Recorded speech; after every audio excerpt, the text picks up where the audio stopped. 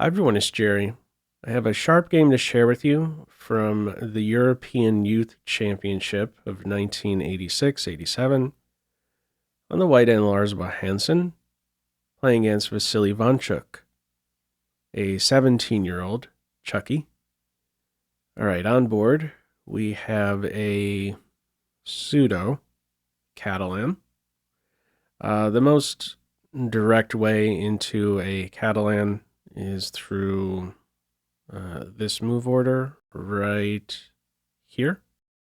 D4, C4, G3, knight and pawn here. Things are different in this game. In what way exactly? Well, the e-pawn is not yet committed to e6. So we're going to see that this opens up some new possibilities for black. Bishop eventually makes use of g4. And also, since white has not yet played c4, this is black's moment to strike white's center.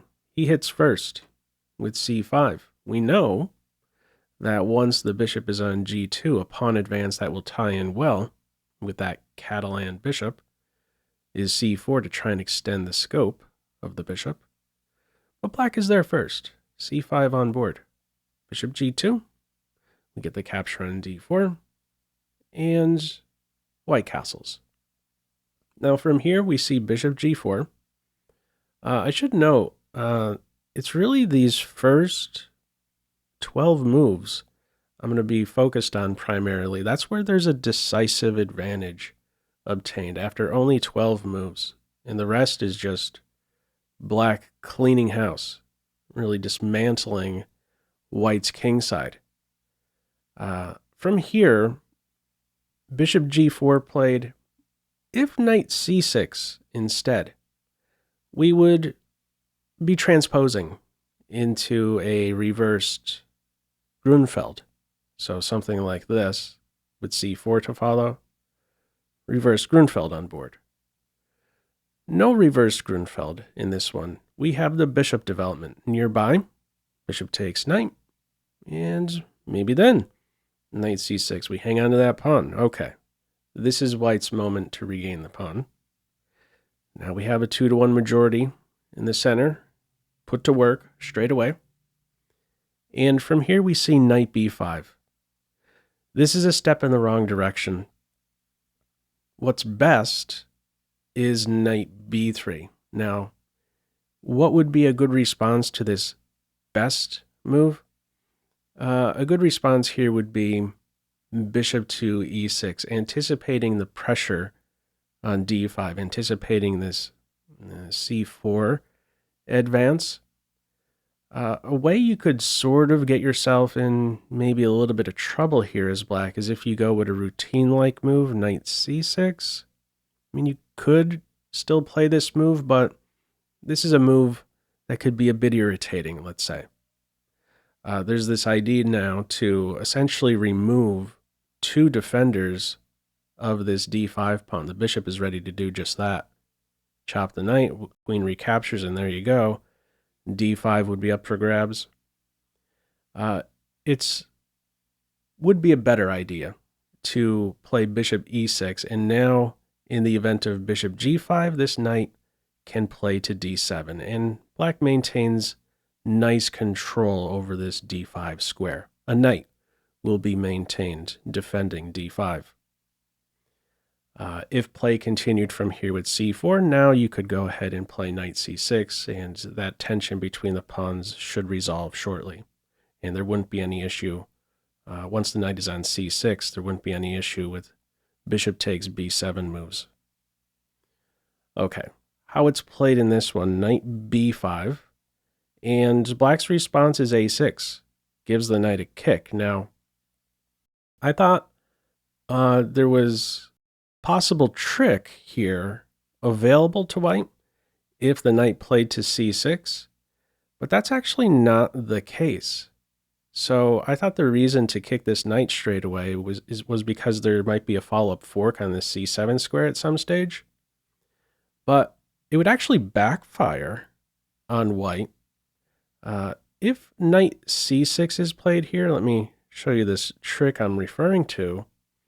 If white goes in for this idea of a pawn grab, bishop takes on d5, knight takes d5, queen takes d5, following through with this combination, there we go. At the end, white is up a pawn, at least for the moment. But we're not quite done with this continuation. Black would get the last laugh at the end of this line here, gets that pawn back, and then some, because after knight d4, one of these two pieces will now, well, will soon be won. There's a fork threat here.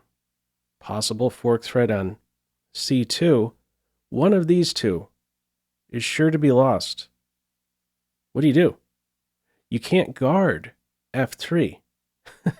And your rook doesn't have a move. And if you move the king, you're running into bishop f3 check, wherever you go with the king. And thanks for the knight. So that would be a pretty deep line right there. I could see many players actually pulling this off as white, thinking in the end, okay, I'm going to win a pawn. Nope. At the end of this one, if you go for knight c6, at the end of that line, yeah, black's going to get the last laugh. All right, how it's played in this one, the knight is given a shove. Forget about any of the forks now. On c7, the knight goes to c3. Black continues to play in the center, works with his majority. From here, it's knight to e4, no time to swipe the pawn. Rook a7, there'd be two problems, and white could only solve one of them. So it's knight e4, follow up knight c6, bishop is questioned, and from here white goes ahead and pins the knight. Computer has its eye on a different move here. It's looking at knight g5 with a follow-up e4, and it still likes black. All right, how it's played, white continues to develop, pin is broken, and from here we have bishop captures knight. Now, this turns out to be a losing move. It's still a difficult position for white. Regardless, it's looking at the capture on, the capture on f6 with the knight. And then to play this position here, again, we're looking at -1 territory. Also, bishop here, queen b6, this is an idea as well.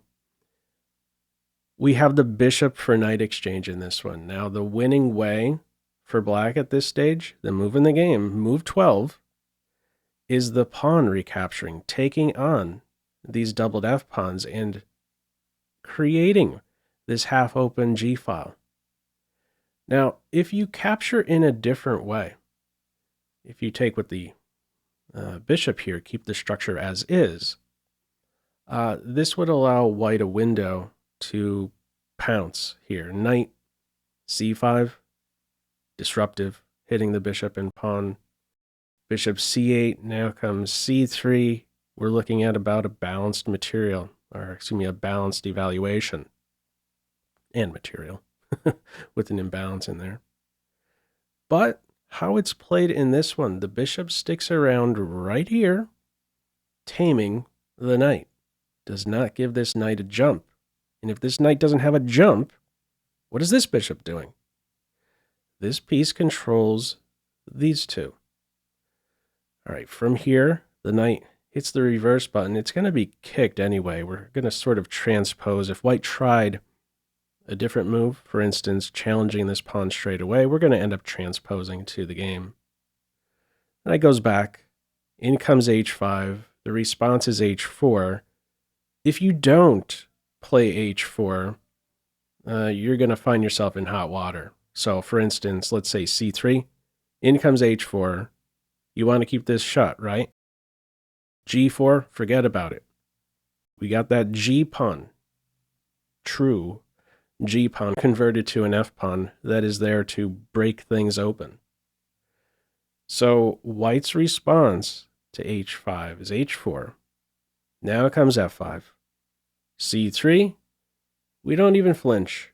We carry on with f4. Now, this here is the unopposed bishop. White is currently strong on the dark squares, but now we just have to poke around just a little bit as black on at these 3 points right here. Make one of them flinch, and then it's going to be a disaster. The dark squares are going to be broken. What do you do now here as black? The try is knight to f3. If there's a capture here on d4, black would be recapturing with the pawn, taking over control, maintaining control over c3. Queen knight doesn't have access to its favorite square. It wouldn't matter. This is not a position where you say to yourself, oh, I don't like having these double isolated pawns now that my pawn is on the d file. Forget about that. This here might be the top pawn in the game. It's going to influence g3, e3 in some way. Things are going to be broken open. Forget about this capture. Problem on the g file, problem on h5. This is busted. White does not take on d4. It's knight f3. Chop on g3. There we go. Mission accomplished. Dark squares broken down officially on the king side. g3, e3, both holes targeted right away. Follow up queen to e1. What else is the try? Let's just go with it. There isn't really a great try now at this stage for Team White. Ivanchuk pushes. Big center. It was looking good earlier. d5, e5 structure. What's better than that? d4, e4 for black. Knight getting a workout in this game. Follow up now f5. You see what just happened? This one pawn move has essentially killed these two minor pieces. This construction here of pawns kills these two. And we might go as far as saying these 3 pawns for black negate these 3 minor pieces. This is a good way to try and view positions. It's a complex game. The more you can simplify it, the better off you are. Be more digestible for you. If you look at it in this way, what move does white have? You gonna move? Is this rook scaring us? No. Doesn't even have a move. These pieces don't have any wonderful options. Black is in a completely winning position. All right, from here, it is e3. We have our pick at this stage, what we want to do. We could chop, we could push, and say thanks for the connected passer. The big prize in Ivanchuk's eyes here is the g3 pawn. It continues to hammer away at the dark squares. This pawn falls next up to this one, and then queen h2. Game over. Queen e2 from here. Looking at a capture and a check. Forget about that. Denied. Rook g4. Capture on d4. Dark squares are crushed. Knight f3, flashy move. If you take the knight, white is back in the game. Taking the bishop back. Not going to let that happen. Let's not forget about development. Let's get that queen working. So now this is a threat. In comes knight g5. Check. Rook takes pawn. Discovery's nearby. This one's completely gone. Cleaning house here. Knight d2. Bishop check. This is actually the very best square to go to with the bishop. Has its eye on b6. Black knows the king is going to have to go to g1, and it's just a moment away from being opposite the king. Possible tricks on d4. King g1 it is. Queenside castles. Throws the bishop in a pin nearby. Queen g3, queen h2. That's going to be a disaster. White's try here is knight e5. If you try something else, I don't know, let's say queen f2, stopping queen g3, well, this bishop can return to h2. And next up, play to g2 with a discovered check and say thanks for the queen. All right, the try here is with knight e5, knight takes knight, pawn takes knight, bishop check, rook f2, and a flashy finish to this one. Queen takes bishop check, rook g8 check. And if you want the game to continue, you have to block with the queen, but that's of course going to be losing. White allows the checkmate in this game after king f1, rook h1, ball game. What did you think of this one? Anyhow, feel free, as usual, to leave any feedback to this video in the comment section below. I hope you enjoyed it, and maybe took a thing or two away. That's all for now. Take care.